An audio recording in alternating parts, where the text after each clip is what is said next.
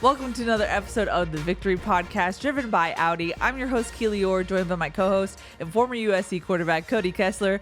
Cody, we are back with another recap episode. We're talking about USC's 48-0 win over Utah State, the first shutout for USC's defense since 2011. So this is going to be a fun one tonight, Cody. Glad to have you back for another recap episode.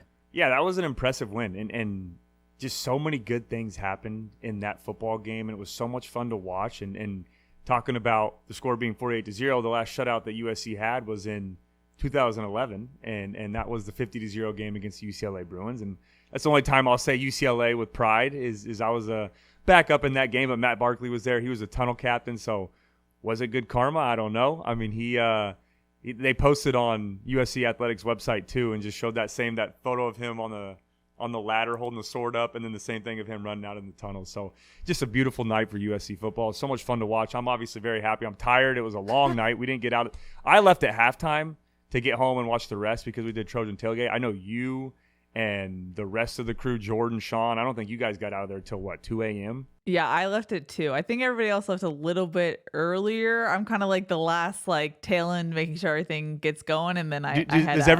Everybody cleaning up, like all the guys that clean up later, the maintenance crew, like, okay, see you later, Keely. Like, do they know who you are by name now? They work longer than I do for sure, but I definitely have met and know the grounds crew for the Coliseum because we're working at the same time. That's funny, but no, I mean, just overall, and we'll get into it in a second. We're gonna go overall, kind of a little bit of an overview, and then we'll get into offense and defense. But we've got a ton of questions this episode. I think it's 27, right? Yes, I counted, and that's 27 submissions. There's multiple questions in the submission.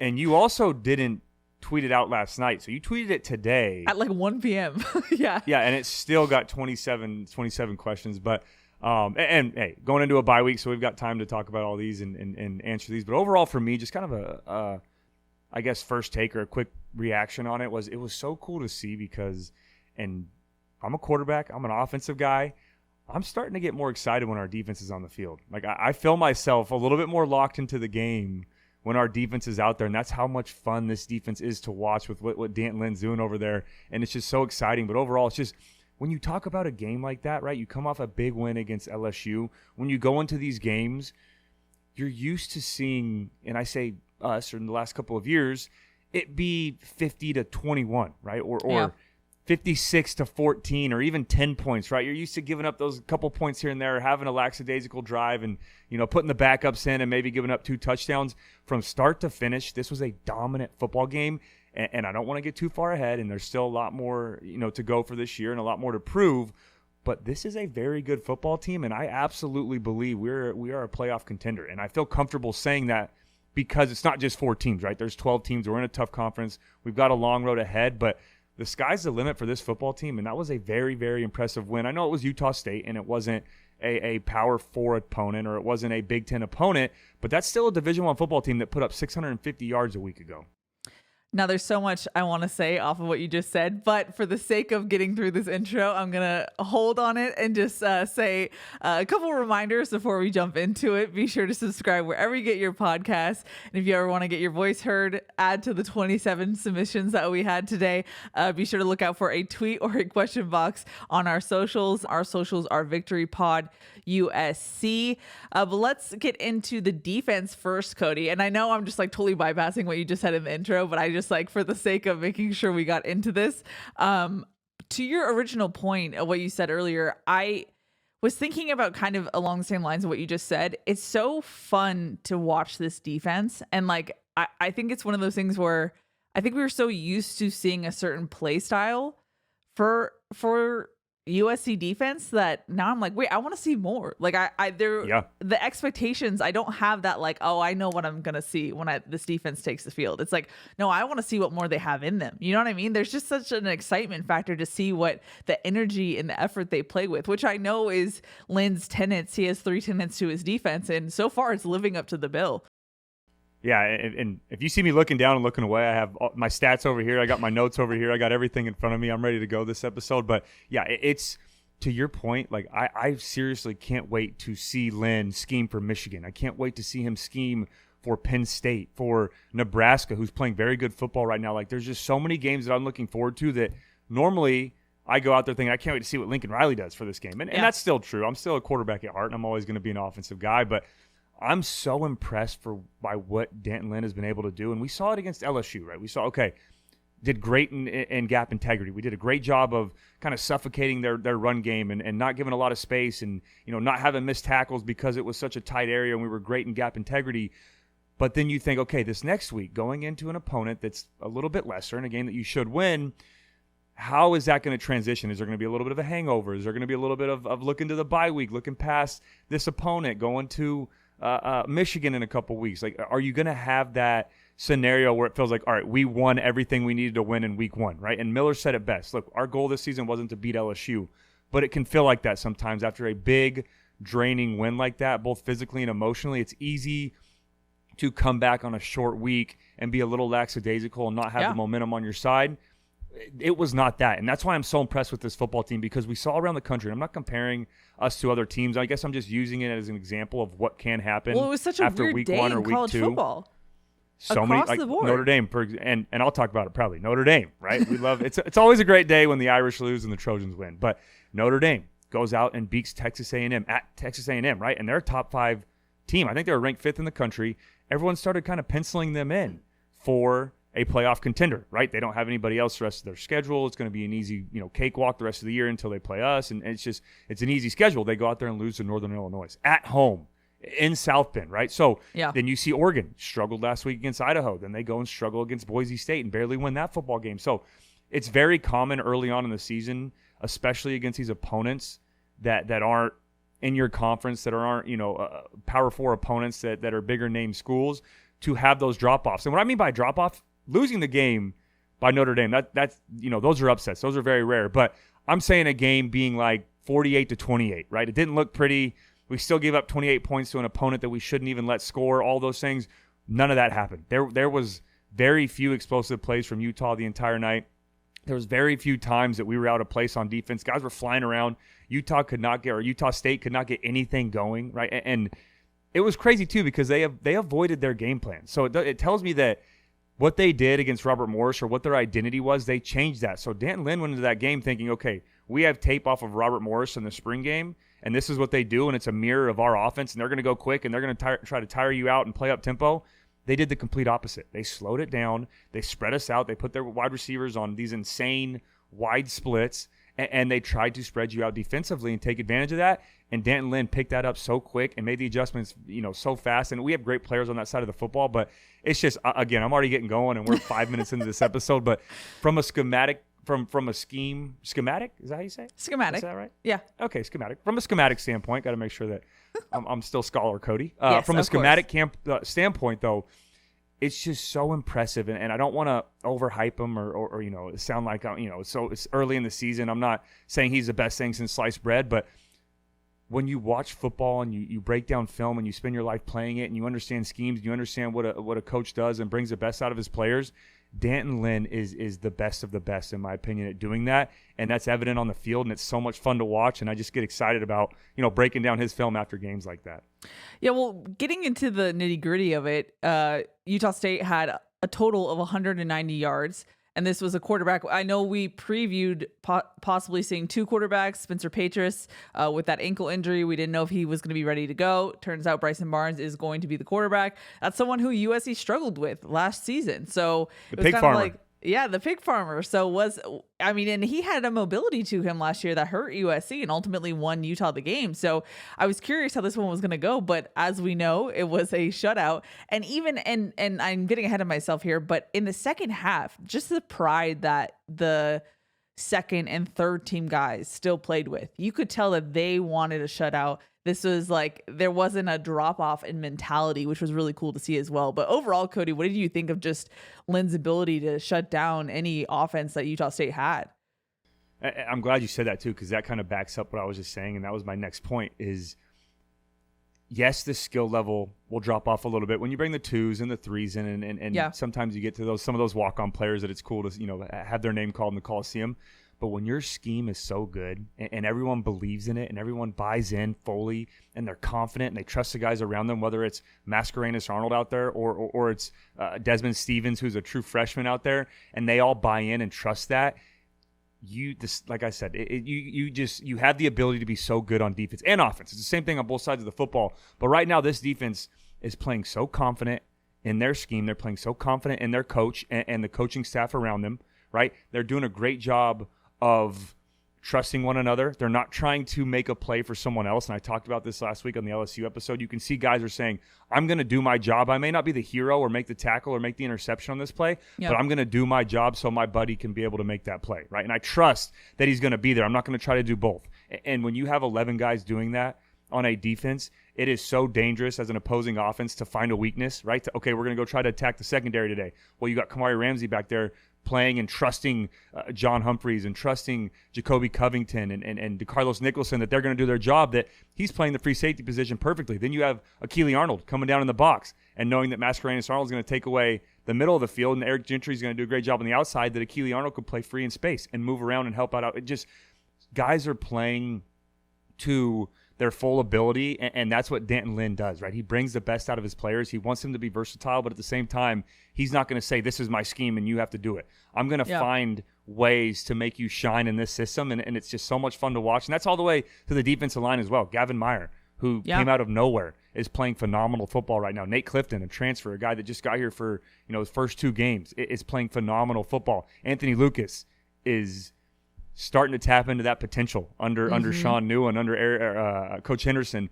and he's probably going to be a first-round pick, in my opinion. I feel confident of saying that after watching these first 2 games and what he's able to do. Jameel Muhammad is playing phenomenal, and the list just goes on and on. I could sit here all night and talk about it, but it's just so much fun to watch, and they have a swagger about them this year that was absent from last year, right? There's a confidence that they're playing with. It's a confident swagger. Sorry to cut you off, Cody, but I feel like it's based off of something versus, sometimes we just see that like defensive swagger that's just like confidence without really substance. I feel like this has substance behind it.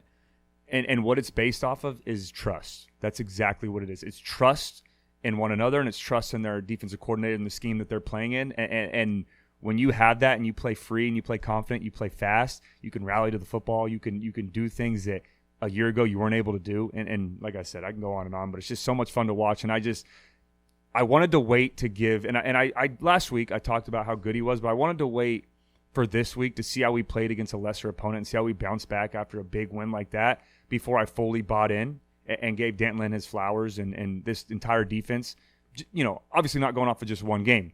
And to come back and pitch a shutout to a team that put up 650 yards a week ago. Now, I know it's Robert Morris, but you keep any team in Division I don't care who it is, to hold them under 200 yards and pitch a shutout from start to finish with your second, third, and fourth string is unbelievable, and it just makes you so excited as a USC Trojan.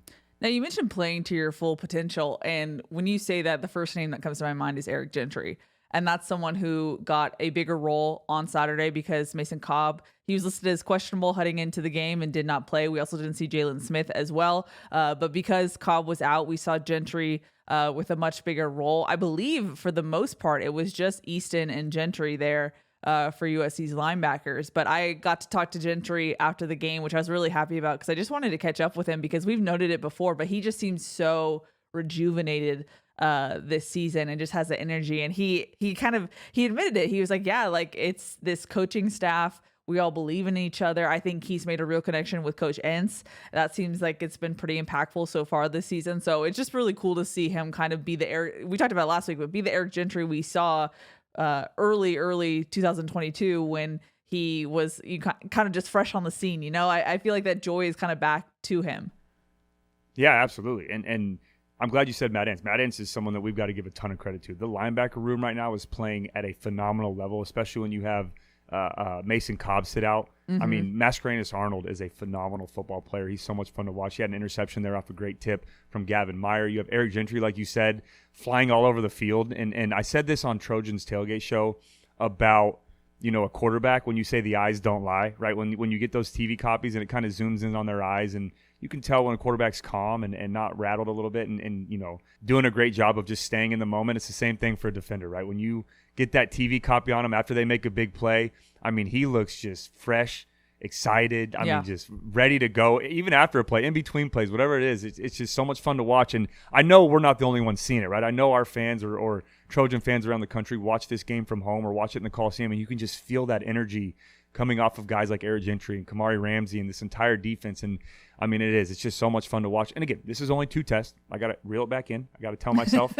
it's tough. I get so excited breaking down this film. And I just so you know, we watched the game last night where Keely said this is a Sunday. I just got done watching the tape again, so I'm fresh off of about a 2.5-hour film study. So I'm ready to go. But you got to reel it back in and understand there's a long way to go. We have some great opponents coming up. Michigan's going to be a great test. I know they struggled heavily against Texas, and their offense did not look good at all. Their quarterback did not play well. Their offensive line struggled. So is Michigan going to be our toughest opponent this year? I'm not sure, but it's going to be tougher than what we just faced. So we've got multiple tests still coming up. We've got to be able to – it's a new week every week, right? And this is a bye week, and we're going to focus on getting everybody back healthy and doing a little bit of self-scout. But you got to take it a week at a time. You can be excited about it, but it's a 24-hour rule. It's over. We're going to put it behind us and move on and get ready for our next opponent. But I can't wait to see what Lynn does going forward and all the teams we're going to play and how he's going to scheme against them. No, for sure. Now, a little behind the scenes, we were almost pre-podding before the pod. You stopped yourself, Cody, but I think we started to talk about what a shutout can do for a defense. What does that do for their confidence, knowing that they were able to do this, not just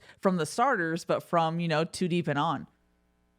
Yeah, and that's what, like I said, like these games right now. I mean, think back to last year, how many times, or Rice a couple of years ago, or Stanford last year, teams that were not very good opponents. And it's crazy to say Stanford, but that was one of the teams that we played, or San Jose State or Nevada from last year.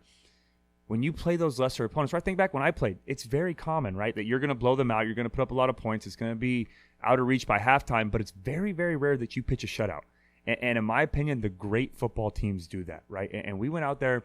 Now, if it's an FCS school or it's a D2 school or something along those lines, you maybe don't get as excited about it. But this is a Division I football program that has some good players, that has a quarterback that beat us from a year ago. It's not like we were out there playing a team that wasn't capable of coming in and putting up points, right? We went out there against a Division I football team, held them under 200 yards, and we put or held them to a goose egg on the scoreboard. And that is so impressive because, like I said, we brought in our second string, we brought in our third string, we brought in our fourth string, but you're used to seeing those games be, like I said, 63-7, yeah, right? Or 48-14, or even when they're worse and you start having question marks of, are we really that good, when it's 48-28, or they put up, 3 scores. Anytime you get around 14 or 21 against an opponent that you should blow out of the water, that's when those question marks start coming up. Okay, well, if we're giving up 21 or 28 to Utah State, yep, what are we going to do against Penn State in a couple weeks? What are we going to do against Nebraska or Michigan? You start having those concerns. But we went out there from start to finish, absolutely dominated that football game. I mean, we played so physical too, and I love – there was probably 5 or 6 times that I counted at least 4 or 5 Cardinal jerseys around the football in open space, just rallying to the football, and not a lot of missed tackles, which is great to see. But if someone did miss, there's another guy right there to make the tackle, right? And we had so many times last year when you watch the film of one guy in space and everyone else is nowhere to be found. And if you miss that one play, it's literally just one player. If you don't make it, they're gone. We have a 3rd, 4th, 5th line of defense, guys that are rallying the football, playing with great effort and playing intense. I mean, from start to finish, from whistle to whistle, and it's just so much fun to watch, and I'm excited to see this defense continue to grow. I know we've been pretty excited about this defense, but you did have some improvements you wanted to see from the LSU game to week 2. Did you see that? And can you just refresh the listeners of what you wanted to see? Yeah, I mean, the first one for me was taking away those easy completions, right? Playing a little bit tighter in coverage, disguising our coverage a little bit better, and especially on 3rd down, we did just that. I loved how physical we were at the line of scrimmage. We did a great job against Utah State's premier playmakers on the outside, both Royals and White. Shut them down pretty much the entire night. They really couldn't get off the line of scrimmage. They were struggling to find open area in this defense, whether we played zone or man, so that was a great improvement to see. And speaking of 3rd down, Utah State was 2 of 11 on 3rd down. They were 0 for 2 on 4th down.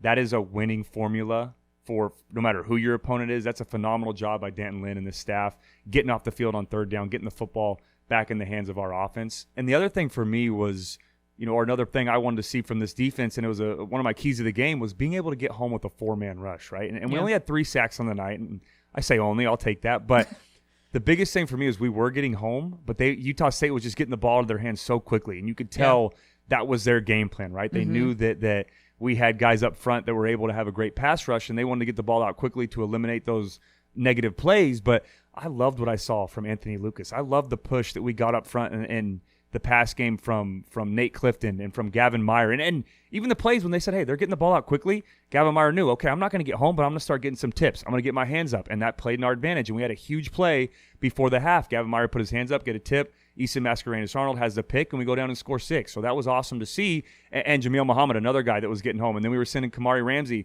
on a blitz and just going back to that third down. And this kind of works hand in hand with the getting home and the pressure looks. Danton Lynn was phenomenal on third down. I would have absolutely hated to be a quarterback on the opposing team in that football game because I was even watching from home. And I don't have the all-22, so that's tough at times to see what the safeties and linebackers are really doing.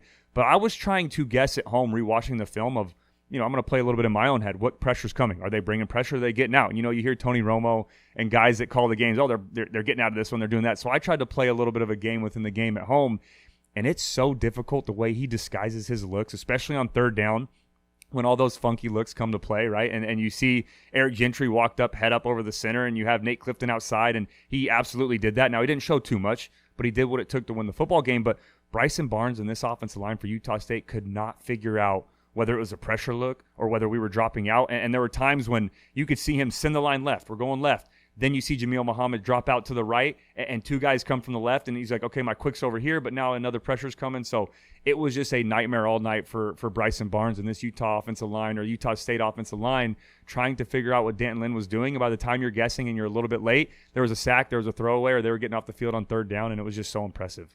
In terms of Anthony Lucas's progression, what have you seen specifically from him this year that's made you that confident to say that he can be a first-round draft pick? Yeah, and we saw flashes from a year ago of how good he can be, but I really felt like he took that next step. And I've got to give credit where credit is due. I've got to give a ton of credit to Coach Wiley and his strength staff. I mean, Anthony Lucas just looks so much bigger, but not only did he add size and strength and mass, but he added quickness. And that's rare to see when you see a guy get bigger in the offseason, but they also get faster. And I guess the short answer to what you just told me, why I think he can be a premier playmaker at the next level or be a first-round pick, is because of that first step. And he's still a younger player.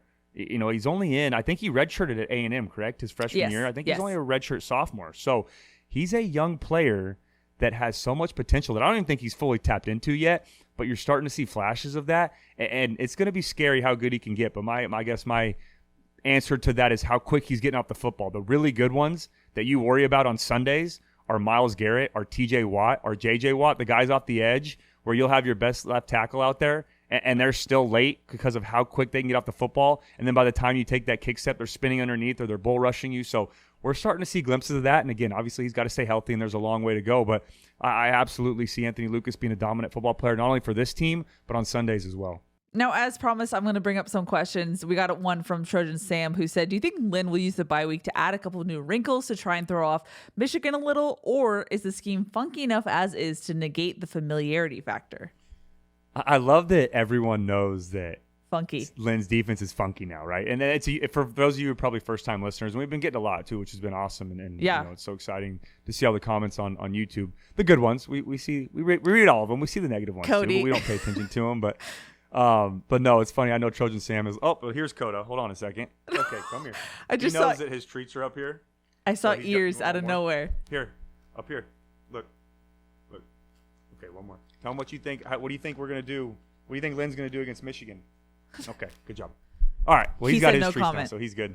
Yeah, he's always got to make his one appearance, but that's funny. Yeah, I know Trojan Sam's a long-time listener, but yeah. So we use funky around here to describe Lynn's defense, and that's just what it is. And I just talked about Eric Gentry lining up over the center against Utah State, or multiple looks where you have Kamari Ramsey coming in a blitz, or guys showing pressure and dropping out. But I think for the bye week, the most important thing is the first couple days are going to be self-scout, where you make sure everyone's healthy. You go back and watch those first two games as a whole.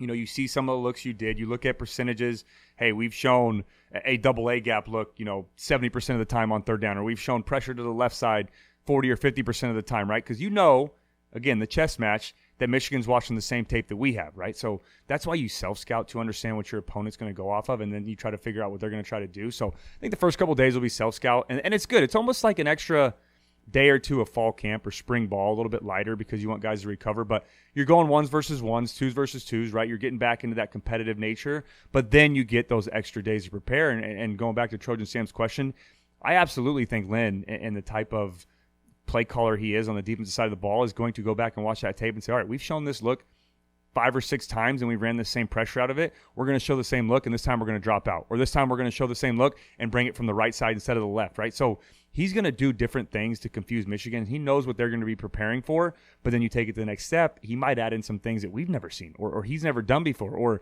hey, I haven't been able to do this with players in the past, but now Nate Clifton does this so well, we can drop Nate into coverage now, or we can drop Gavin into coverage. We can bring Kamari off the right side. So there's so many different wrinkles that you can add into just making sure everyone's on the same page and you're doing responsibility right and you don't overcomplicate it. But that's why I'm so excited for this game coming up, because not only are you giving Lynn time to prepare for a big opponent like Michigan, you're also giving them an extra 4 or 5 days to do that. So it's going to be a lot of fun. I think it's going to be absolutely funky. I'll let you know what the funky radar's at in a couple weeks there, Sam. So we have is it like Stadium Pulse? We now have a funky radar? Yeah. Okay. And we need to start doing that too, where we get like, okay, there's a play from, and we're going to show you in a second when we get to the offense. We found a way for what we're using to bring up. We can show you plays, but we just learned that we can also record plays too, right? We say we can show the actual play. We're trying to up our game a little bit. Yeah, we upped it up a little bit this episode, but we're going to try and, evolve.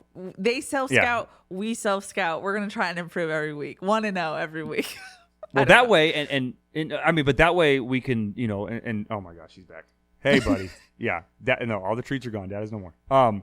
But that way we can, and I'm a big hand movement guy, right? You see me. Oh, he's bringing safety over here, doing all that. Oh, wait, do we got the bubble? Is the bubble still back? Oh, balloons. There we go. Okay. There you go. Those are, for those you don't know too, when I put my hands up, we can't figure out how to turn it off, but my laptop does that. But yeah, if we can get some film up too, and we've had requests about it before. Yeah. Just know that it's coming, but I can show you a little bit of the funkiness there, Sam.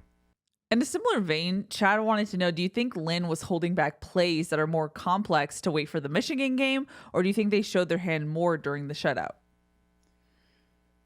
I mean, I think that he is holding back. Obviously, he's not going to show everything, but it's hard to tell from what we watched. I mean, that's even crazier to say, right? That he held back and didn't show everything he has. Now, obviously, you scheme for your opponent, right? Utah State's offense is going to be different than what Michigan does, so you're not going to show those same looks, or you're not going to do the same thing, or put the focal point on doing this or doing X, Y, and Z against Utah State, and then you got to do A, B, C against Michigan, right? So there's going to be different things there, but the fact that you want to think maybe he did hold back and we still pitched a shutout, it's crazy to think. But, I mean, I don't know. We'll see. I mean, it's going off of 2 games. It's tough to tell. But I will say this, on 3rd and 4th down, I think he absolutely, not over-prepared, but did it whatever it takes to win the football game and be dominant. Because, again, like I said, 2 of 11 and 0 for 2 on 4th down for Utah State. It is phenomenal game planning by Dan Lynn and this defense. Now, we got a couple of questions about Bear Alexander. LA Sports follower said, what's your take on Bear? And Doug said, how many snaps was Bear in the game for? I didn't hear his name mentioned once, ? Yeah, no, he was absolutely out there. And I remember seeing a good amount of clips from him in the second half, made a couple plays there. I don't know the exact snap count. I do know that Nate Clifton and Gavin Meyer started the football game. And that kind of leads me into my answer for this question, right? And Lincoln Riley challenged Bear Alexander this offseason to take that next step. And it hurt him because he missed spring football, right? And he's still a younger player. It's kind of like Anthony Lucas, right? He's not a seasoned veteran. He barely played at Georgia. He came over here last year, played a significant role in this defense, but he's still learning a new scheme. He didn't get to play in the spring, right? There's just still so many things that he's learning to do and really trying to take that next step. And maybe he hasn't got there yet, right? And it's still week 2. So there's a ton of time for the rest of this year. There's a ton of time for him to continue to develop in Lynn's scheme. And I love that he's getting to work with Coach Henderson, because that's absolutely the person that's going to bring your potential out. But I want to say, too, that this is more of a compliment, I think, to Gavin Meyer and Nate Clifton, right? They're playing high-level football right now. And I know Gavin Meyer just got here in the fall, right? He's a transfer, but he's an older player, right? And he picked up this scheme very quickly. He impressed the coaches, and now he's earning those reps on the field. And the same thing with Nate Clifton, right? He got here in the spring, but he's a transfer player, his first year in this system. And everyone kind of started with an even playing field when you go into a new scheme and you have a new defensive coordinator. It's just who can pick it up a little bit quicker and who's going to earn those reps to get on the field. And right now, in my opinion, you have Gavin Meyer and Nate Clifton playing at a very high level. And if Bear or Kobe want to continue to get more reps, you got to compete week in and week out. And that's where you get those great football teams, right? Where the competition doesn't just end in fall camp, but it goes throughout the entire season. And you have guys that can rotate in there and go out and, try to earn more playing time. Now, one final defensive question for this portion of the show until we get to later in the actual question portion. To the more questions portion of the show. The more questions, okay. Yes. Ramos said, has our defense become so deep that we can compete for a championship, or is it too soon to tell? I'm going to be very short on this one, Rama, because I don't want this to get clipped for later on in the year. And I don't care. You can clip it. But I'll say this, and I said it at the top of the show. I do, from what I saw from against LSU, a good opponent, and then what I saw against Utah State, where that could be a drop-off. It can be a lackadaisical week to where you're looking ahead. It can be, like I said, a 48-28 game that we've seen in the past. From what I've seen, we are 100%, in my opinion, a playoff contender. And I fully believe that. Now, we have a long way to go to get there, and we've got to continue to develop. And knock on wood, we've got to stay healthy. That's going to be the most important part. But for me, from what I've seen the first two games and what I've seen from other teams around the country and what I've seen from the Big Ten specifically, I absolutely think we're not only a contender in the Big Ten this year for a Big Ten championship, but I think we're a contender to be a playoff team. Now, I obviously didn't get to see the game, and I'm assuming you didn't either because it was right around the time that I believe USC started playing. But as far as like the transitive property goes, it sounded like from what I was seeing on Twitter that LSU didn't play super well against the FCS opponent that they were playing against on Saturday. Do you take anything away from that? Do you how do you put that into the context of everything?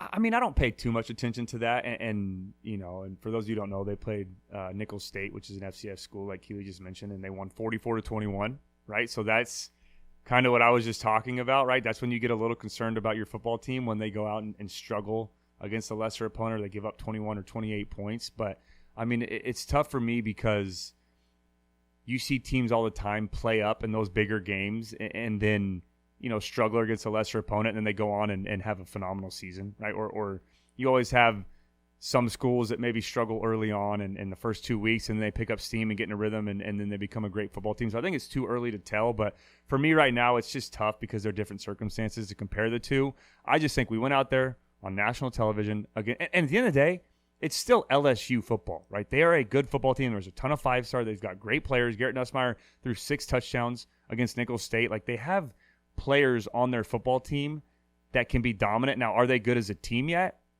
Time will tell with that. And did they look great against Nicholls State? No. But at the end of the day, we went out there and handled business, and that was a very good football team with a lot of great athletes. And then we turned around and played a lesser opponent, went out there and had a 48-0 shutout, right? So from what I've seen in our, I guess just focusing on our games and not looking about, the rest of the schedule, the rest of the country, I've been fully impressed, and I'm not too worried about that. And I think that we have a very, very good football team on both sides of the ball. All right, I want to get into USC's offensive performance, but before we do, just want to give thanks to Audi. What you expect from an SUV is a range of sizes to fit your lifestyle. Expectations matter, but exceeding them matters more. The Audi family of SUVs, progress you can feel. And Trojan fans, celebrate every USC win and enjoy the sweet taste of victory with a free donut at Ralph's the day after the win. Download your digital coupon from the Ralph's app to score your free donut at any Los Angeles area Ralph's store.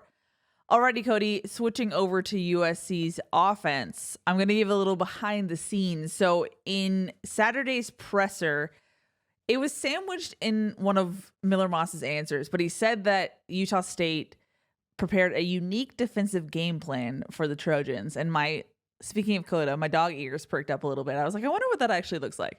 So I consulted the football nerd that I know, Cody Kessler. And I just gave you a heads up. I was like, hey, he said this. I'm really curious what this means. So you're like, okay, I'll check it out. And then 4 hours later, I got a text from you and you were like, yep, I understand what he was saying. So this leads us to go for it, Cody. So for those of you who don't know, we did the Trojan Tailgate show, and then it finishes up, and then my parents came down to watch the game. So I went up there to visit with them. So when I am at the Coliseum, it's so tough to actually sit down and watch football, right? And then we're on the field level, so I can't see everything. And then my parents go up in the club seat, so then I go up there and say hi to them. You're and then socializing. I'm talking to them because I haven't seen them in a long time, and I barely get to see them throughout the entire season. So doing all that, so then I get home, and when I leave at halftime to come home, I have my wife record the games, but when I'm on my way home, I can't watch the game. So then I get home, and it's third or fourth quarter, and by the time that comes around, it's already almost midnight last night or 11. So I didn't watch. So Keely texted me this morning. I was like, all right, I'm going to break down film before we do our episode, and I'll watch the entire game back. She texted me and told me about that, and I think I was literally 1 or 2 plays in, and I said, yes, I know exactly what he's talking about. Keely said, can you send me a couple of photos of that so we can show our fans? And that's what we were alluding to earlier of we're going to try to figure out how to get the film going. But now we have pictures. And what Miller said was, and yeah, here we go. So what Miller said, and there I am at the bottom of the screen, right? Look at us, how advanced we are with technology. This is all Keely, by the way. I don't know how to do any of this. But so what they did, and this is different than what we saw against Robert Morris, is first I want you to look at the left side of your screen. Look at their safeties. They played their safeties anywhere from about 10 to 15, sometimes even 20 yards deep at times throughout the night. This is a very unique look. I don't think we will see this again unless we get 33 double cloud, which is a coverage on third down, a very unique coverage. Definitely not an every down play like Utah State did, but I don't think we'll see this again probably for the rest of the year. Now, you look at the bottom of your screen, right above my little square. Where am I at? Other side. This is flipped. Right here, you can see that corner. There we go. You can see the corner right there. He is in run support, right? So he played like that, and that's only the boundary corner. What do I mean by boundary is the shorter side of the field. We're on the left hash in this play, so that's the left side of the field is now the boundary. The right side of the field would be the field, right? That's how we go on game planning, field, and boundary plays. That corner is in run responsibility. So he played the entire night to where he was jumping in front of the receiver on any play action or any run play, and he had full runner support on that side of the football. Now, if you look at the interior of this defense, they had 3 defensive linemen in the game the entire time. When we were in spread looks or when we were in a 3-by-1 look, which means 3 receivers, 1 tight end, they had 3 down linemen. They would stand up one of them, and then they would only play 2 linebackers in the box, right? So it's normally a 5-man box. The only reason at the top of your screen, I guess, not the corner at the very top, but the player that's just outside that defensive lineman, we need to get circles and stuff next. But I'm not doing any more pointing. But that's the nickel defender I'm talking about. He would play a little bit tighter to the box when we would have Lake McCree or Kate Eldridge attached to the line. But outside of that, it was a 5-man box the entire time. If you go to the next play, I'll show you another one here where it's the same exact look. Here you see it again, right? That corner at the top of your screen now is now that boundary corner. So he's playing in run support. They also have on the left side all 3 safeties playing very deep. They actually had 4 safeties on the field. That nickel defender that they had in was number 15, the one that had a club on their hand. He is a backup safety. So this defense right here, in my opinion, I guess you can call it a 3-3-5, but it was almost like a 3-2-6, which is very unique. They had 3 defensive linemen, 1 stood up. They had 2 linebackers, and then they had 6 defensive backs on the field, right? So I guess 3-3-5, if you will. But with the nickel defender, I'm calling it a 3-2-6. I've never really seen this funky of a look. I've told Keely before that I played a team that had those clamp corners or those cut corners that would be in run support, but to have 3 safeties like this and then have the boundary corner play and run support every single play is unprecedented. And it wasn't like they did this a couple times to throw us off. This was their game plan. And anytime we were in 3-by-1 personnel or 11 personnel, which is like I said, 3 receivers, 1 a tight end, and 1 running back, this is what they went to, right? And then if you look at another clip, the same exact thing. Now you spread out the tight end. Now they have pretty much, I guess you can call it a 5-man box, but almost a 4-man box with that defensive end stood out and walked outside Elijah Page on the top of your screen. But this was their MO, right? And now you see the safeties down a little bit more because we're more spread to the field. But then look at the top of your screen. You have that corner playing in that clamp type of run support coverage, and you have a safety over the top. So they stuck with this the entire time that we were in 11 personnel or 3 wide receivers, 1 tight end.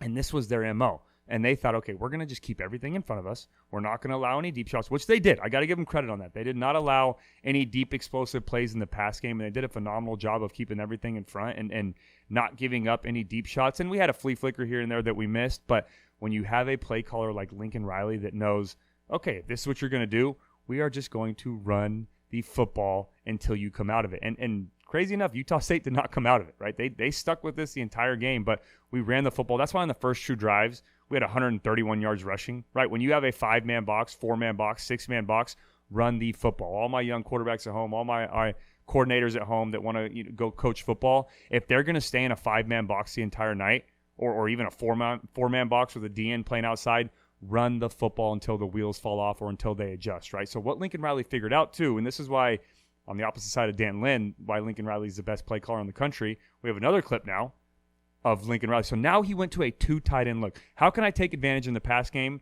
and throw the football? And I told Keely, if Lincoln wanted to, we could have went out there and stayed in a 3-by-1 or 11 personnel, 3 wide receivers, 1 tight end, and literally ran the football every single play of the game until we forced them to come out of it because they were not doing that, and we still could have won. I feel like Lincoln just threw the football because You want to get Miller some love and get these receivers involved. But if we wanted to run and I mean, I'm not just saying this to be sarcastic. Look at the first 2 drives. We had 70 rushing yards on the first drive. We had 68 total against LSU. That's how much they were allowing us to run the football on Saturday because of what they were doing. But now back to this clip. Now you're going to see at the top of your screen a 2 tight end look. And Lincoln Riley figured out if I go a double tight or a 2 tight end look, that's going to force them to bring a safety down. They're going to bring an extra defensive lineman in. So now they have a 4 defensive linemen instead of 3. And now they're filling up the box. Right now I can throw the football on the outside. So that's what Lincoln Riley does so well. And we still ran the football with this. But if you look at this is 1, 2, 3, 4, 5, 6, 7, 8-man box, right? There's only one safety deep. The corner's playing a little bit tighter down here. The other nickel defender's playing a little bit tighter or the safety is rotating down, played a little bit tighter on the slots. So Lincoln Riley, just being the play calling guru that he is, if you show him what you're going to do, he is so good at in-game adjustments that he's going to make you pay, right? And he did that the entire night. So what was the answer? Let's run the football, which was one of my keys to the game. I love that. Like I said, 131 yards.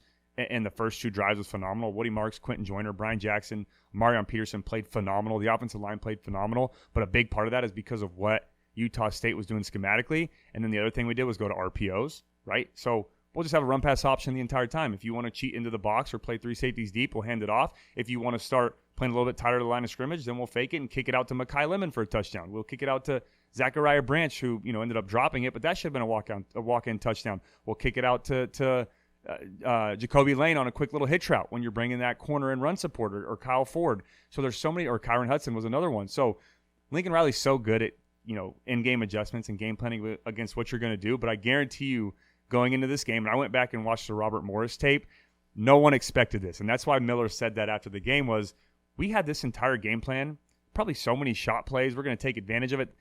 Utah State played man-to-man. They played 2-man against Robert Morris. They played tight to the line of scrimmage. They were pressing their corners on both sides of the football. They did absolutely none of that against us on Saturday night. And Lincoln Riley said, okay, well, this is what you're going to do. This is a game plan we're going to stick to, and we're going to go out there and beat you anyway. So it was cool to see in live time, right? Or I guess watching it back because live time I was you were chatting, not really paying attention. But yeah, I was chatting and being social. And that's cool. I love that we can bring that tape up so I can explain it. Yeah. Hopefully I explained that well. If it didn't sound great or was a lot of talking from me, obviously we'll kind of figure it out as we go and get a little bit more film. So props to you. Yeah, on that was one. first take.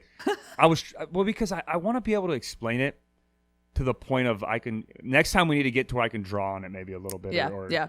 The old video. Anyways, we'll chalk that up for another time. But I want to be able to explain things I'm talking about or give like a reference, like you said, when Miller makes a comment, instead of trying to over-explain with my hands or even over-explaining, and 99% of our listeners are like, okay, yeah, we got it, move on. So this way I can show you so there's no confusion and kind of talk through it a little bit. But yeah, that's for the majority of the night. That is exactly when we were in an 11 personnel or 3-by-1 on places I've called it, or 3-by-1 formation, but a 3 wide receiver, 1 tight end look. That is what they went to. They played that 3. I'm calling it a 3-2-6.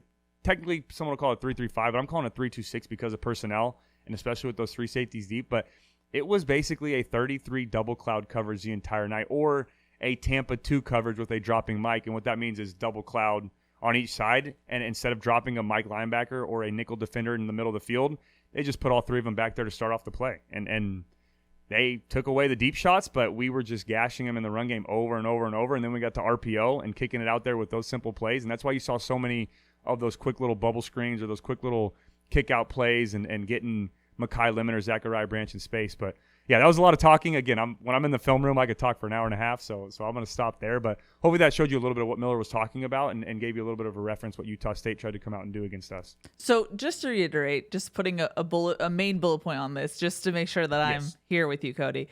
Let me adjust now. I got in the zone there. Okay, go ahead. If you're USC and you watched Utah State against its first opponent of the year, Robert Morris, you were like, this is what they did for Robert Morris. Obviously different offenses, but you expected a certain, general game plan. And then you get into the game on Saturday and they're not doing what they did at all. And so I'm just curious from a quarterback head coach standpoint, what does that process look like to be like, they are not showing us what we had prepared for. What's our game plan? Like, how does that evolve? That you throw it out. Well, not completely abandon your game plan, but I guarantee you Lincoln Riley and Miller Moss and this offensive staff went in there with, hey, these are the shot plays we're going to call. We're going to take advantage of this coverage here and there. We're going to do this on third down. They did not expect that to happen, right? They did not expect him to play that same look pretty much the entire night, right? And then when you get to a 2 tight end look, they changed it up a little bit. So, and there's a clip on the TV copy, if you go back and watch it, of Lincoln Riley and Miller Moss pretty much having an emergency meeting, and still crazy to say, but they're both looking at tablets, which are new to college football, but they're both looking at the tablet, and I guarantee you Lincoln's like, Miller, we went 11 personnel. We were three wide receivers, 1 tight end this entire series, and they did not come out of this look. This is what they did the entire time. This is what they're going to do. And that to me tells me that Nate Dreiling, their offense or their head coach and defensive coordinator, went into a staff meeting or that defensive meeting this week and said, hey, this is how we're going to keep everything in front of us. And they did that. They forced us to go the long way.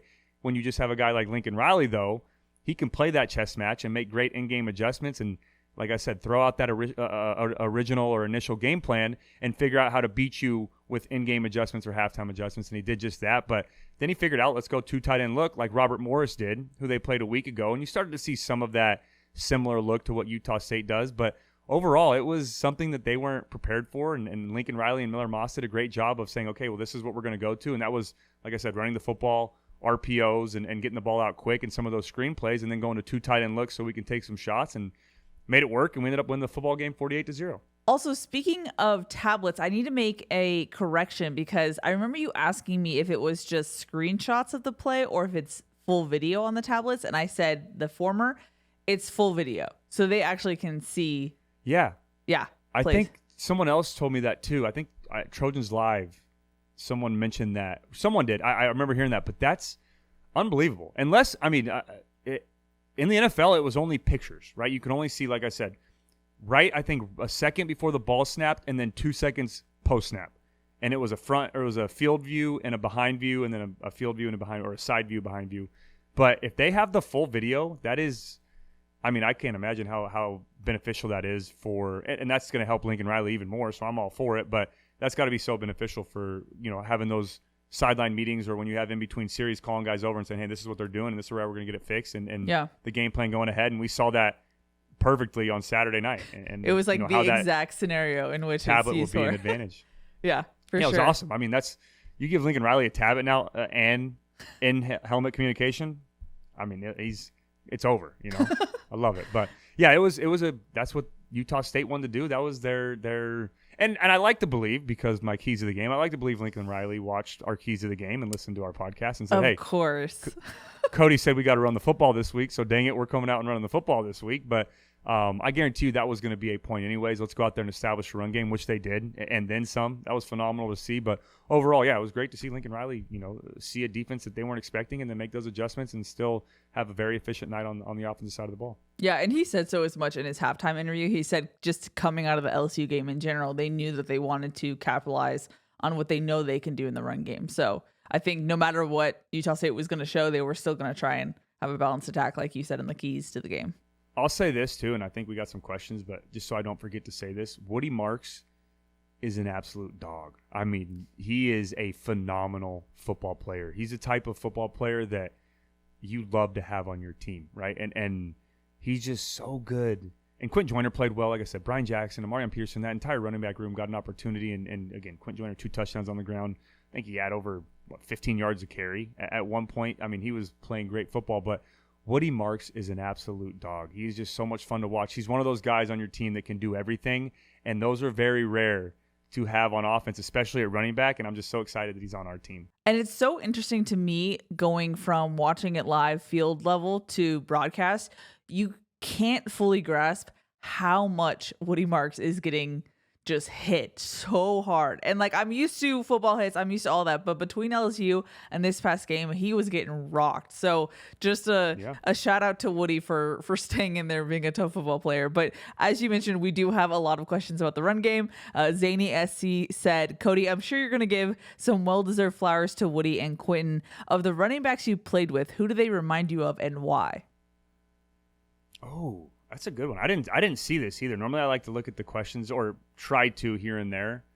I'm gonna go. I'm gonna have to think about this one for a second. Woody Marks reminds me. I'm trying to think of someone who is very good as a runner, but also as a pass catcher out of the backfield. I think Buck Allen didn't get enough credit out of the backfield, especially with Sark our junior year in 2014. We loved to run a lot of wheel routes by the running back and some of those swing routes. Buck was very good out of the backfield, very shifty too, and was a guy that didn't complain, would take those hits and keep going. Quentin Joyner is a very speedy back. He can be physical if needed. Haven't seen a huge sample size of him yet, so it's hard to compare, but I'm going to go with, I think he reminds me a little bit of Justin Davis. That one kind of just popped in my head there a little bit. I think Justin Davis was a very shifty back. He'll make you miss. He can cut back. He can have that breakaway speed, but he was a little sneaky with his physicality as well. So I'm going to go Woody Marks was reminding me a little bit of Buck Allen because of how good Buck was out of the backfield, and especially when plays broke down. Buck was very good. I don't think he got enough credit as a pass catcher, but Buck was very good. And I'd be in the backfield and say, hey, we got a play called and they're playing cover 2 or drop 8 or we're not going to work. I would tell, hey, Buck, check that backer, but get out quick. And he was so good at being on the same page. So that's why I compare them, because he was very good as a pass catcher. And then Justin Davis and Quentin Joyner, that's my comparison there. I'm glad you mentioned Brian Jackson, because I don't know why. I feel like this game was the first time that I got to see him up close and personal, at least just see him compared to everyone else on the team. And I was just it was the first time I was like, he is a big back. He's taller than Woody. He's substantial for a true freshman. And I'm how my confidence rating in the Jameel Muhammad sleeper pick, I don't know if you can count Brian Jackson as a sleeper pick, but I would just like to put a Keely earmark on this, because I am excited for his future. And if you saw his first carry that he had in his Trojan career, he just made his way through. It was cool to see. So that's I just wanted to put that out there. Yeah. And that gives you confidence going forward. When you, like I said, I mean, I keep thinking back to games to where we've got to the 3rd, 4th, sometimes even 5th running back with rotation things and having guys come in because 2 guys need a breather or someone's, has an injury or, knock on wood, I hope nothing happens. But last year or 2 years ago, right, when Travis Dye goes down, right, we had to have other guys step up and take over some of those spots. So it's a game of football. It's a physical game. Injuries happen. Things like that happen, or guys get tired and you're going to need a breather. So I'm with you on that. It was great to see Brian Jackson and Amarion Pearson get some touches as well and show what they can do. Amy said, will Amarion get more playing time after his great touchdown? It's going to be tough. I mean, like I said, I would love to see him get some more action, but when you have Woody Marks going for over 100, and then Quentin Joyner adding 2 more touchdowns of that, then Brian Jackson showing some flashes. It's just a crowded room, and guys are earning that playing time. But he definitely helped himself. He didn't hurt himself by the way he played last night. So I wouldn't be surprised to see him more. Just how much that's going to be, I guess time will tell, and it just kind of all depends on how those starters play. Randy said, what grade would you give Woody Marks on last night's performance? Fight on. I'm giving him an A. I mean, it's hard to give an A+, and he'll probably say the same thing. Obviously it's tough to give an A+. You're never perfect in the game of football, and there's always room to improve, but I'm absolutely giving him an A. I mean, he did a phenomenal job on the ground. The way his vision and reading the holes and showing that patience with his offensive line. I know his offensive line loves having a running back right there that's a veteran that can set up those blocks and then, explode when he sees the hole. And then, also the way he is in the pass game, I think is just, like I said, I got to give him an A. He's a type of player and a veteran type of player to where, and that's why I said he's a dog, is because he's going to go out there and be physical and make the plays when needed, but he's not going to have those mistakes. It's very rare for a player like that you're going to see to have those mistakes, and he's Mr. Reliable, a guy you can trust. And Miller Moss said in the press conference, it just, I don't know the exact quote, but he said how comfortable he is having a guy like Woody Marks back there, and I fully agree. Yeah, we basically previewed it in our season preview. We were like, I'm sure, we both said, I'm sure Miller really loves having a veteran guy like Woody, and he basically said as much on Saturday. 100%. And it's just, you can't teach experience, right? You just have to go out there and you have to have a guy that's been there and done it before. And it's not to say that a true freshman can't come out and play or that Brian Jackson or Quentin Joyner can't be that experienced player as well. But Woody Marks has a lot of experience under his belt, and he's played a lot of college football, and that's going to help him on Saturdays. That's going to help the guys around him. I know one of the question marks we had coming into the season was USC's offensive line. I know it's been a small sample size so far, but what did you see from them in week 2? Yeah, dominant. I thought that was phenomenal, right? And every running back you hear in any interview, or the good ones at least, are going to say, hey, it wasn't me, it was my offensive line. And this is one of those games that you can say that, right? And I just talk so highly about Woody Marks and Quentin Joyner and Peterson and Jackson, but our offensive line played phenomenal. And you just saw that surge that we were looking for, right, against LSU. And yes, LSU's a physical opponent, and it was game one, and we're still getting better, and it was a mutual sight, and we're on a silent cadence and doing all these different things. But you use all of that, and you improve, and you get better. And that's where you have a good football team or a good position group, is where they can learn from things a week ago. Doesn't matter who the opponent is next, but take that and make these adjustments. And we went out there and, like I said, 70 yards on the first drive. And again, Utah State, what they were doing defensively helped that, and they wanted us to run the football, and we did just that. And we went out there and made it a point, 131 yards on the second drive, and we were running the football at will. And I firmly believe, because of how good our offensive line was playing and how well the running backs were seeing the hole and playing physical, we could have ran the football probably every single play, at least in the first half with the starters, and still had a lead, right? And with how good our defense was playing, but still had a lead and went down there and ran the football at will. So that was great to see. And again, Jonah Monheim's doing a great job at center. The rest of the guys around him are starting to get a little bit more continuity and getting on the same page. And when you see them kind of going full speed ahead in the run game, it's beautiful. As a quarterback, I love watching the offensive line. So I expect them to continue to improve and continue to have a dominant run game going forward. Something notable, or something I'm at least going to keep my eye on going forward, we saw Jonah Monheim get pulled before the rest of the starting five, or starting four, I should say. He appeared fine. He was just with the other offensive linemen and seemed like he was just an early pull. But we did see Killian O'Connor come in for him at center.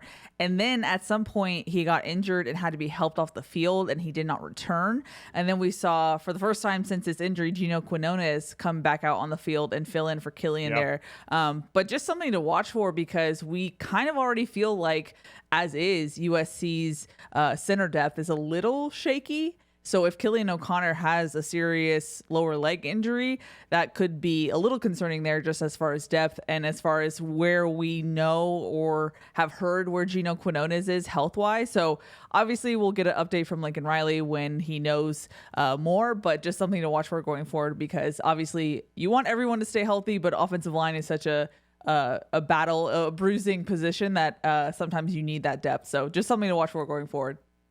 Yeah, and just a step further on that, and I'll kind of let you inside the lines here at practice when that happens. When you have a position like center and someone goes down like that, I guarantee you Alani Noah or maybe Michael Benuelos, or like you said, Gino Quinones, another guy, are going over, or Amos Talalele.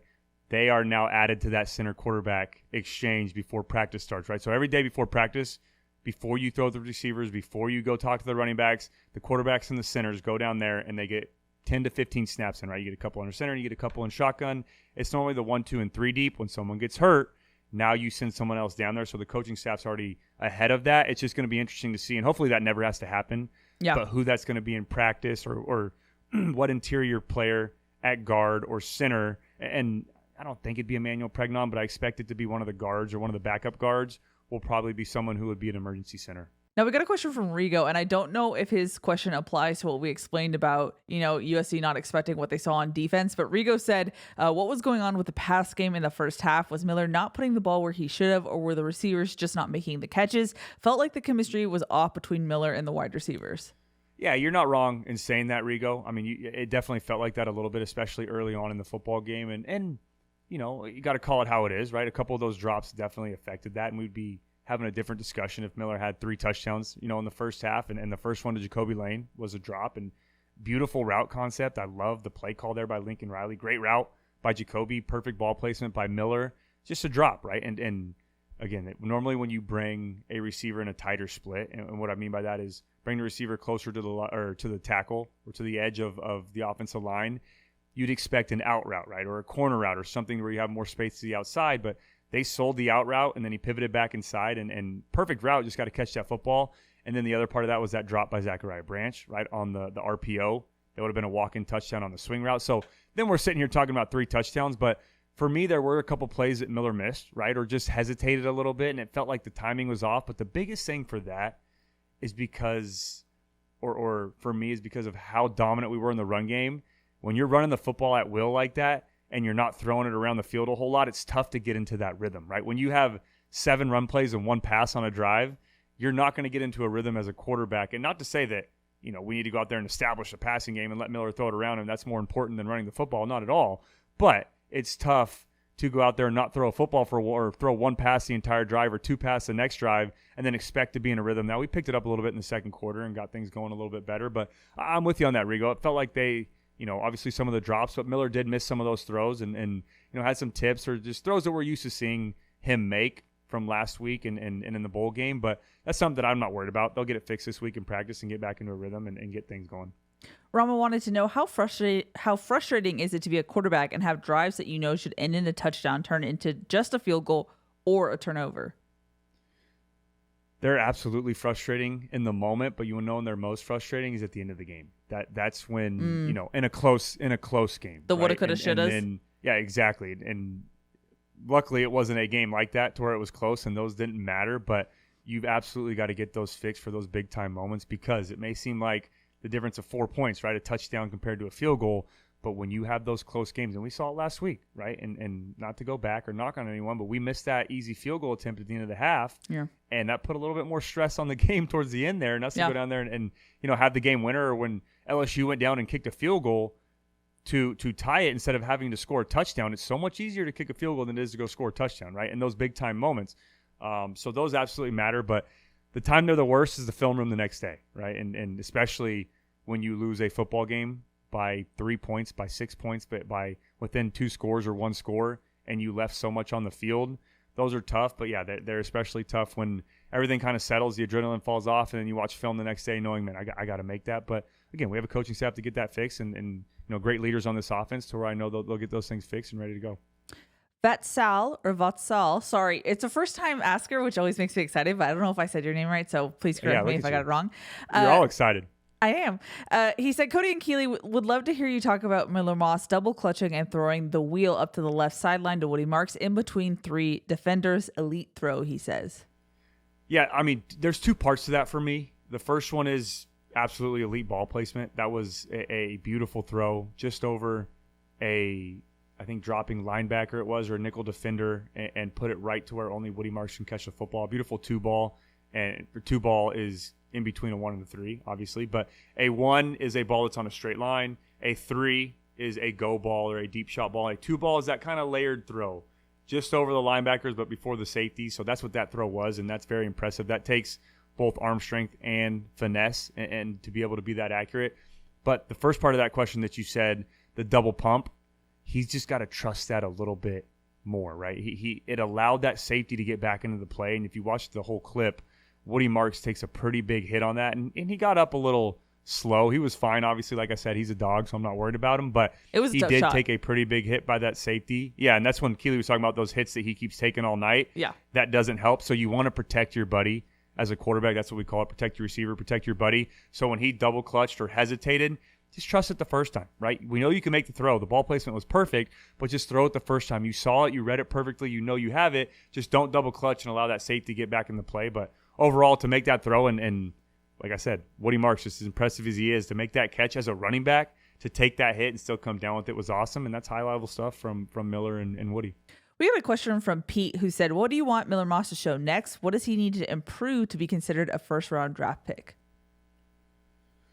Yeah, I mean, got Lincoln Riley, right, playing in the system and showing that he can go out there and win football games and play in an NFL type of system. So that's obviously a big thing for NFL scouts. For me, the next steps I'd like to see from Miller, and some of those throws I think on Saturday, and especially like we just talked about, the one to Woody, there's one where Zachariah Branch was running, I think, an out route, and he just kind of misread it a little bit and took a hit from the corner, who you got to protect your buddy a little bit better. They almost had that pick on the out route, I think, or it was a play action, I think, a hitch route to the left that they almost took for a pick 6. So maybe just getting a little bit tighter on some of his reads and protecting his teammates, and the timing could be a little bit better.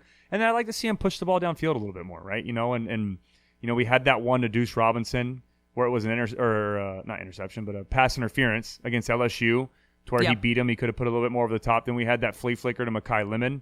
Got to put it out there a little bit more when you have those layup type of touchdowns and put a little bit more air into the football. But that's me nitpicking. Overall, he's protected the football great. He's gone out there and done what he needs to do to win a football game. He showed you last week that he can go out there and win you a football game using his arm, which was great to see. But, yeah, I mean, that's pretty much it. Maybe. And like I said, take some deep shots, yes, but against Utah State it was tough because they were playing so deep, and I guarantee you Lincoln and Miller had some in the game plan. They just didn't get to them. But I would like to see against Michigan down there. It's an absolute killer for a crowd when you go out there in an away game, and I think back to Oregon State my sophomore year, right? First play of the game, I think, was a 70-yard bomb to Marquise Lee on a deep post route, right? And that just deflates the entire crowd. So I'd love to see some of that early on and let Miller Moss show off his arm strength and push the ball down the field a little bit more and let Jacoby Lane or Zachariah Branch, Deuce Robinson, some of those guys get on top of the defenders and go make a play on the football. And again, like I said, just get a little bit tighter on his reads. But again, it's only his third start. That's going to continue to keep getting better and continue to progress. And like I said, it's going to be fun to watch as he continues to play for Lincoln Riley in the system. I don't know why, but it was a little shocking when you reminded me that it was his third start. Like, I think there's part of me that's kind of like accelerated the timeline. It feels like he's played 30 football games or 40 football games. Like, it feels like... I know, it's weird. It really does. It feels like, when I said this on the Trojan tailgate, the way he's so just poised and calm and cool and collected, and the moment's never too big for him. I know he's not a freshman, right? He's not a freshman. He's not a true freshman playing his first game. But and he's a fourth-year player. But you've only played 3 football games, and they tell you in the NFL, until you play, you're a rookie, right? You're not. Yeah. Oh, you can hear Coda barking. I don't know if you can edit. No, that out, I didn't catch that. Okay, he's barking in the background for everyone that can hear at home if you did catch that. But until you really play, you're technically still a rookie or a freshman, right? You've got to get out there and get some experience. But, yeah, it feels like he's a 30 or 40-game veteran. But, yeah, these only 3 starts for him, and he's going to continue to get better. Blackie Chan Gaming said, do you think Miller Moss is the best quarterback in the Big Ten? Oh, yeah. I mean, let me think. What do we got? Nebraska? Don Raiola's playing well. Who? I said Nebraska, so we were on the same page. Oh, yeah, Don Raiola. Drew Allar. Looked like he took that next step against West Virginia in week 1. I felt they didn't look great in week 2 against Bowling Green, and they struggled in that football game. Now, I didn't get to watch Drew Allar for the entire game, but I'm trying to think who else is playing well. I know Michigan struggled. They've had the 2-quarterback system right now with Orji and Warren. I would say this. I don't know if he's the best, but he's absolutely in tier 1. If you want to list it by tier 1, tier 2, tier 3. I'm biased, so I'm going to say he's the best. But again, I don't want to say that without watching everybody else's film. But he's absolutely in tier 1, and there's no doubt about that for me. Now, to my surprise, out of our 27 question submissions, we didn't get a question about Jaden Mayava's debut. I don't know if there is a question to be had, but I definitely want your thoughts, Cody, of Jaden's debut. Yeah, he's a playmaker. He's fun to watch. I mean, I understand why that competition went all the way into fall camp, and you know, when you have 2 quarterbacks that are capable of going out there and performing for your football team, it's a good feeling to have as a head coach and as a play caller. But he's fun to watch. I mean, I saw a lot of, he's got a lot more growth, and he's got to continue to improve. And we'll see in some of those games. Hopefully, we have some more substantial leads and get a chance to see more of Jaden. But we saw some of those Caleb comparisons on that run on the comments on Twitter and on Instagram, and everyone's like, that looked like Caleb from a couple of years ago, and that was so cool to watch. I mean, he that play kind of broke down. They had a free rusher, and he made 2 guys miss and went and took it into the end zone. And then another play where he dropped the football and picked it up, scrambled to the right, and threw a great throw to Kyle Ford. So, yeah, he's fun to watch, and it gives you a lot of confidence and it's kind of like Miller from last year or 2 years ago. When you have a good backup, it gives you a lot of confidence to know if, something ever did happen or there was ever a need for your backup to come in against a physical sport, things like that happen, you have a good one that's waiting and you trust him to come in there and help you, go out there and win football games. Jonathan said, can you please explain the concept of a zone read from a quarterback's perspective, pull versus give? Yeah, it's so you're always reading one player in a zone read, right? And well, for this explanation, we will. Sometimes there's a step further. If it's an RPO, right, your zone reads off the outside defensive end, but then that pass could be off the outside linebacker, so that's a step further. But we'll just read a straight up reading that defensive end on a zone read, right? So the running back's on my right side. I'm reading that defensive end to my right.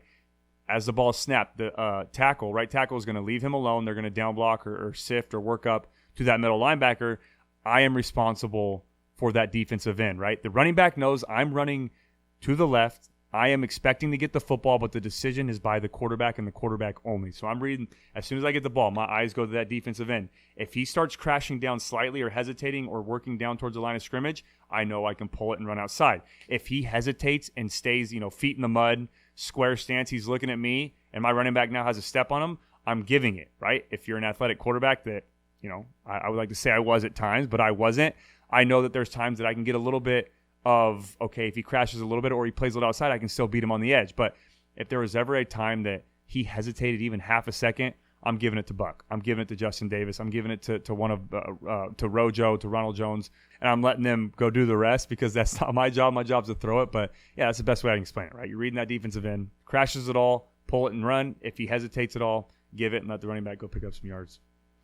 Alrighty, as mentioned, we have a lot of questions, and we're actually going to get to the question section of the episode. It's more the general questions, but before we do, just want to give a thanks to Audi. Focus matters. Listen closely. The Audi Q8 e-tron's cabin is serenely quiet, so you can focus on other things like having tomorrow's technology today. The new fully electric Audi Q8 e-tron, how we get there matters. And at Ralph's, everyone wins when it comes to saving big, because when you order online through the Ralph's app, you get the same great prices, deals, and rewards on pickup or delivery that you do in store. So no matter how you shop, you always say big at Ralph's. Ralph's, fresh for everyone. Cody. Bite on. And you're going to get an animation. Confetti. Here we go. I love it. Remember the confetti? Yeah. Yes, I do. Also, I love the delay. You can tell you're getting tired in this episode when you're like, and fight on. Was I delayed? A little. I'm up. No, it's for everyone knows it's 11:27 p.m. right now and we're rolling. Yeah. We're late podcasters for some reason, but yeah. We are. Now, I'm going to combine 3 questions, and I think it's just going to lead to a general bye week discussion. But let me get through them first to give people their credit. Dave said, how will the bye week affect this team heading into a big road game against Michigan? Chance to heal up, chance to add some wrinkles and trick plays into the game plan. Liz H said, I was at the game with my bestie Trojan mom. Will the bye week hurt or help us? And Cameron said, what should the goals be for the bye week? So, like I said, a lot of bye week discussion, Cody.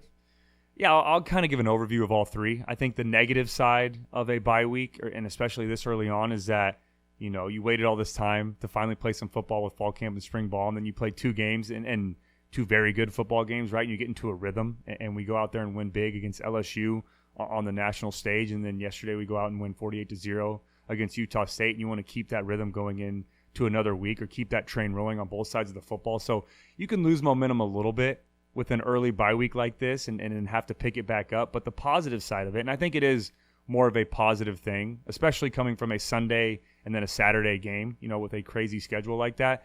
The positive side of it is guys like Mason Cobb, like Jalen Smith, guys that miss some time, guys that may have a couple, not full injuries, but we call them, there's a difference between being hurt and being injured. Guys that are hurt a little bit and can get healthy and use this week to rehab. I think that's a huge positive. Another positive is you have an extra week to prepare against a very good opponent like Michigan in the Big House, your first ever Big Ten conference opener. So there's a lot of things that these extra couple days of preparation are going to help. But so overall, I think it's a positive. But yes, I can see both sides of why you don't want to lose that momentum, but also you want to let guys get healthy and have an extra week to prepare for Michigan. I feel like in some ways this is an opportunity for everyone to collectively catch their breath. I feel like it's kind of been a whirlwind a little bit. You play 2 games in 13 days.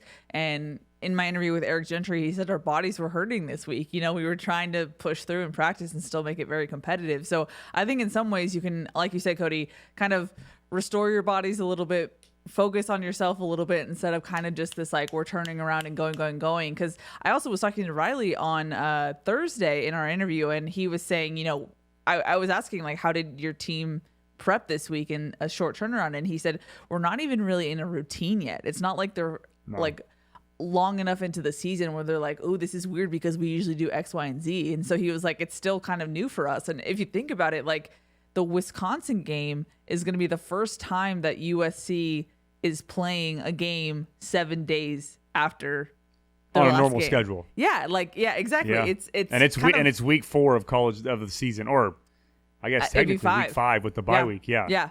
No, I get but so, and it's almost like you're starting back on week 1 with Michigan, right? It's like we had our that was basically our preseason, right? We had our little tune-up games.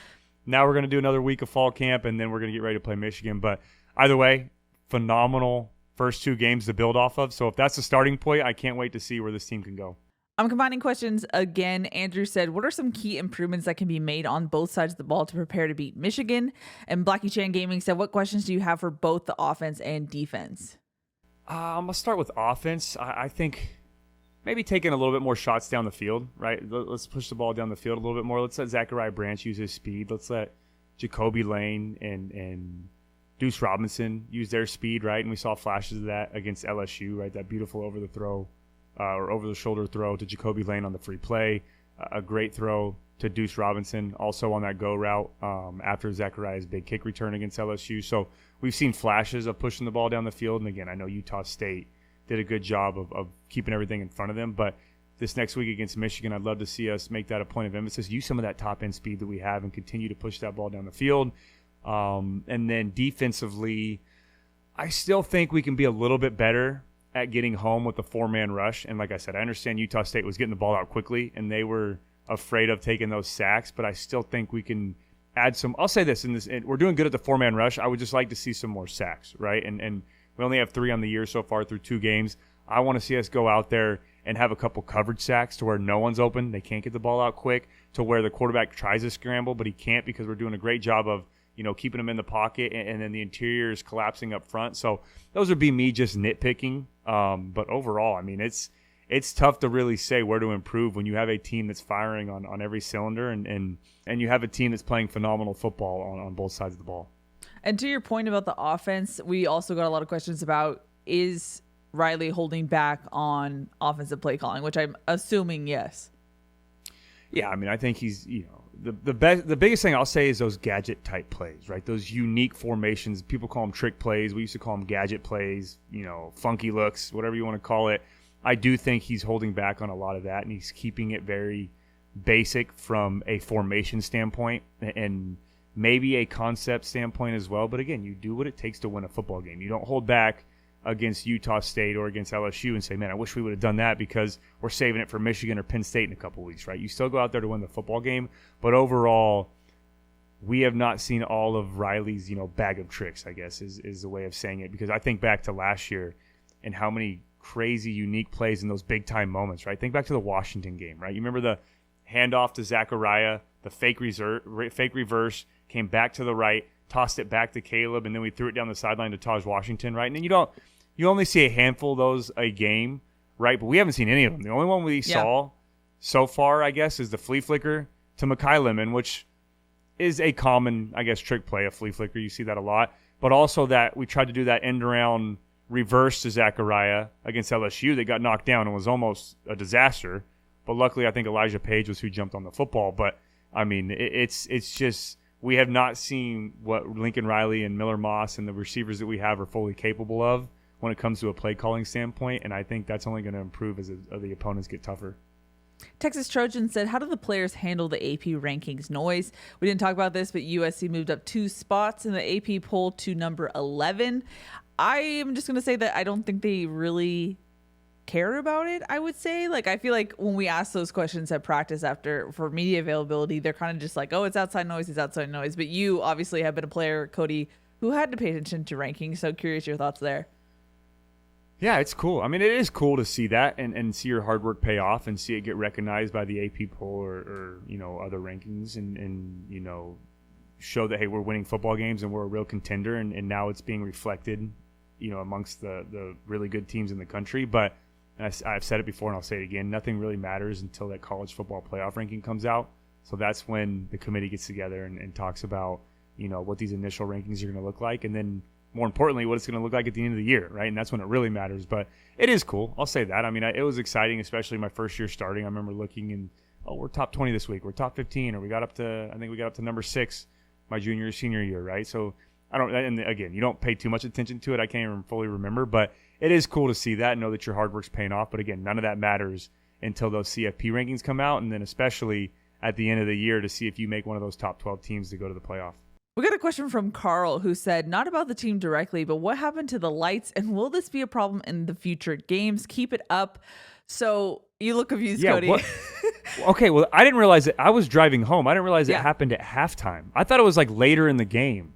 Well, it also then happened later in the game too. So I could tell there was an issue when the countdown for half restarted, and I was like, "Oh no!" And then wait a minute. Yeah. Do you have the inside scoop though? Do you know what actually happened? Yeah. Okay. Let me give you the full story here. Okay. Of course you do. Go ahead. You know what? This is all you.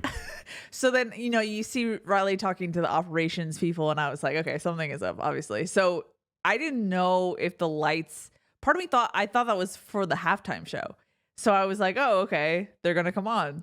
They're going to come on, right? And so basically, long story short, if you're not in LA, it's been a super intense heat wave recently, which means it's 98. It's okay. It's been like 104, Orange County boy. Up here, I grew up in Bakersfield though when it was 110.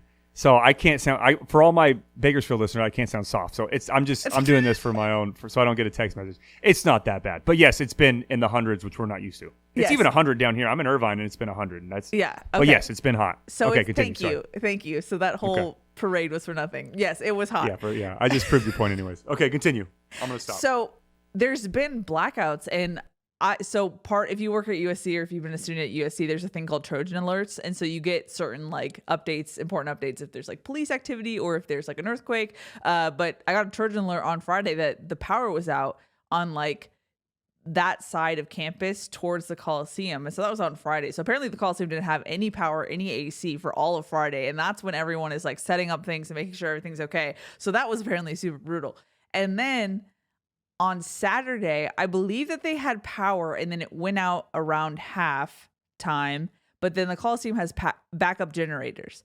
So then that was the backup generators going for, I believe, the third and the majority or halfway through the fourth. It was funny seeing the Coliseum like half. It was like a little noir like vibe of like it's dark. It was pretty. I was like, what is going? I got home and I'm like, why is Jen Cohen talking to Lincoln Riley on the field right now? Yeah. What is that's going when you know on? something serious is and happening. my wife was like, the power's out, and I'm like, what? I'm like, yeah, but are they not playing? Yeah, that was crazy. Yeah. So then I believe at a certain point the backup generators were kind of faulty, and then you could tell it was 10 minutes left in the fourth that both head coaches were talking, and Riley said after the game they were thinking about just calling it at that point. Calling it? Okay. Because they were like, because it was half of the Coliseum was on backup power, and that was starting to get faulty. You could tell. And he was like, we just didn't know what was going to happen next. And obviously it's a safety concern if you have that many people in the darkness, you know?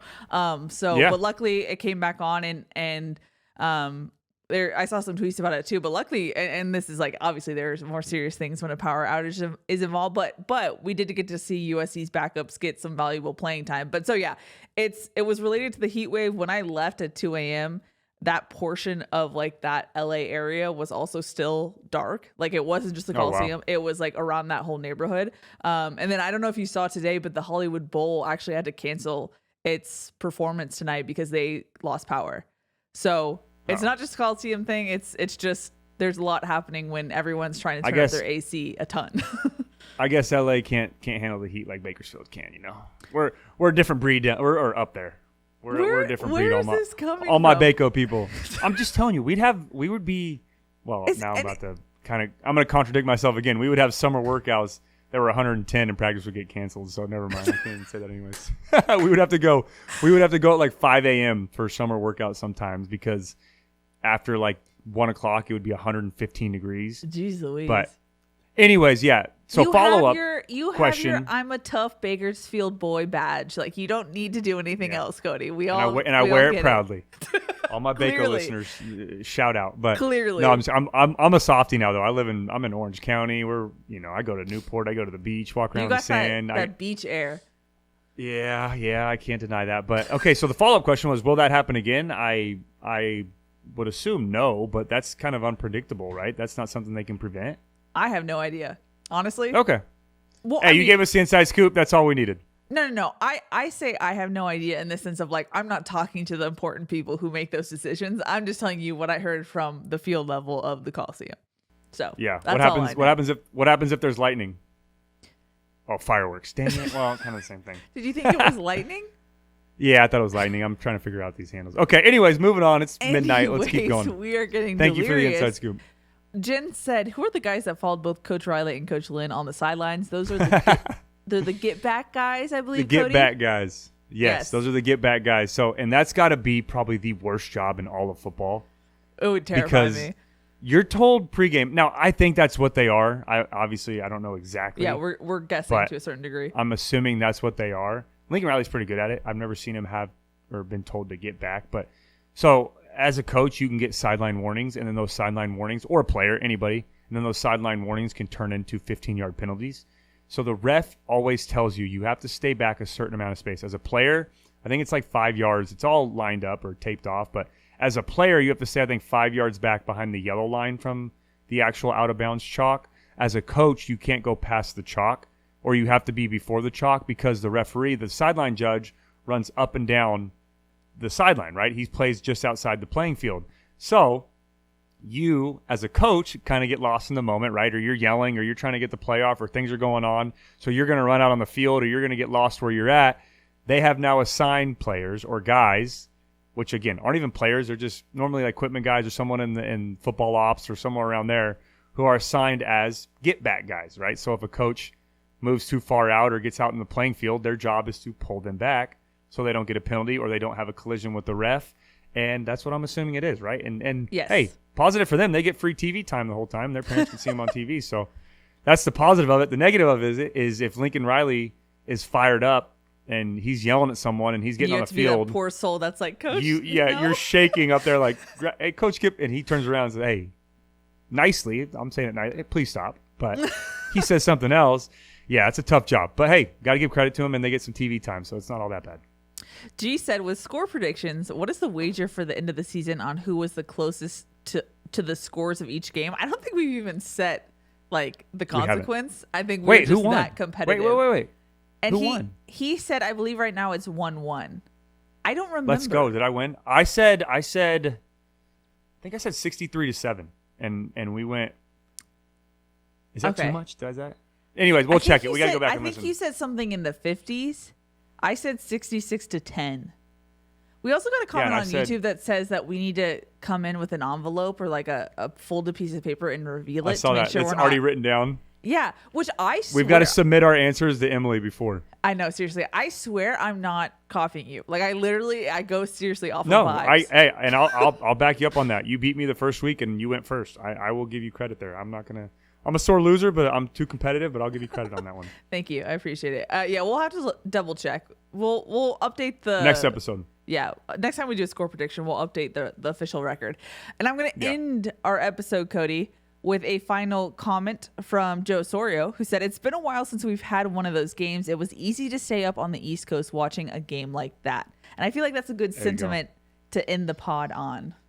Yeah, that was a crazy. Joe Osorio has been a long-time listener too, so that's cool to hear from him. But I mean, yeah, it's, you know what? I told you that I'm so happy that we're away from those late games, getting out of the Pac-12. But then, sure enough, our first home opener is an 8 p.m. game. I can't imagine. I mean, I was driving home, and I think it was 10 o'clock, and I'm like, they still have an entire second half of football to play. Yeah. And it's 1 a.m. on the East Coast right now. Yeah. You know, like it's unbelievable. But again, I'll say this though, and again, I'm kind of, taking down my macho stance about the heat. I'm glad it was a later game because if it was a 2 o'clock kickoff and it was 104, especially during the Trojan tailgate show, it would have been awful. Miserable. And if for those of you who don't know who've never been on a football field or any playing surface in a Coliseum type field or in any stadium, it adds about 10 to 15 degrees on the field than it does because it blocks all the wind. There's really no air that gets down there. It can get very hot, a bunch of body heat, a bunch of football players running around. So the sideline or the body or the field temperature is normally about 10 to 15 degrees hotter. And especially, luckily, we have grass and it's not turf. Yeah. Those little black beads on the turf make it way hotter. But, yeah, it was great. It was a great Trojan win. And hey, any fan, West Coast, East Coast, international, wherever you're at, it's always great when the Trojans go out there and get a victory, especially when they hold their opponent to 0 points and then coming off the win against LSU. So I'm excited to see what this team can keep doing and going into the bye week. I guess I'm kind of wrapping up now, but going into the bye week this week, let's get everybody healthy, take care of business. Let's not lock out, though. Let's stay locked in, stay focused. Do not take this week, and I know Lincoln Riley's built an amazing culture, so they won't, but do not take this week as, all right, I can check out. Let me get away from football. Take a day or two, to see some family, see some friends, get whatever you need. But as soon as you come back to those facilities, let's lock back in. We've got to go on an absolute tear through the Big Ten, and we've got a chance to go out and prove that we belong and we're a real contender. We can go out there and win a Big Ten championship. We can go to the playoffs, and it doesn't matter who's on this team or whatever happens. We have the coaching staff and the players to go be competitive, and I fully believe that. I'm putting it on record, too. I believe that we have a playoff caliber football team if we continue to go in the direction we are. So I'm excited. I love doing these episodes. It's bittersweet because I feel like they go for a long time, and I hate when they end, but I also know we talk a lot, so people are probably like, all right, I'm ready to check out. But it's just been so much fun covering USC football and getting to talk to all you guys now doing the post-game show as well. So fight on. I love you guys. I will pass it back to Keely before we fully check out because the bye week episode, I don't know. Maybe we'll talk about this off air, but either way, it's midnight. I'm done. If I've learned, sorry, I cut you off before you love you guys. You can hear it. Circle back again. If I've learned anything about us, Cody, I'm gonna under-promise at this point. I'm just gonna say, let's just go with no bye-week pod because we are both worn out. Or you can get a surprise pod this bye week if we get our act together. How about that? There you go. Yeah. Undersell, over-deliver. What's under-promise, over-deliver? Well, there you go. And for those of you that are new, we've said, we're going to get back on a perfect schedule. And then life happens and different things happen and it's the off season. But you're absolutely getting 2 episodes a week for game week. So that's not going to change. We will never miss one of those. But for bye week, we'll see. But anyways, okay, I'm done. It's late. I got to take my dog out for a walk. Coda, come here. You want this? You want this? Come here. Come here. Get up. Oh. Coda's going to go. I gave him one more treat. We're going to go down and walk. And I'm checking out. Fight on. Trojans are 2-0, baby. Let's go. Alrighty, you heard the man. That's going to wrap it up for today's episode. Thanks so much for tuning in. That's Cody. I'm Keely. We'll see y'all next time.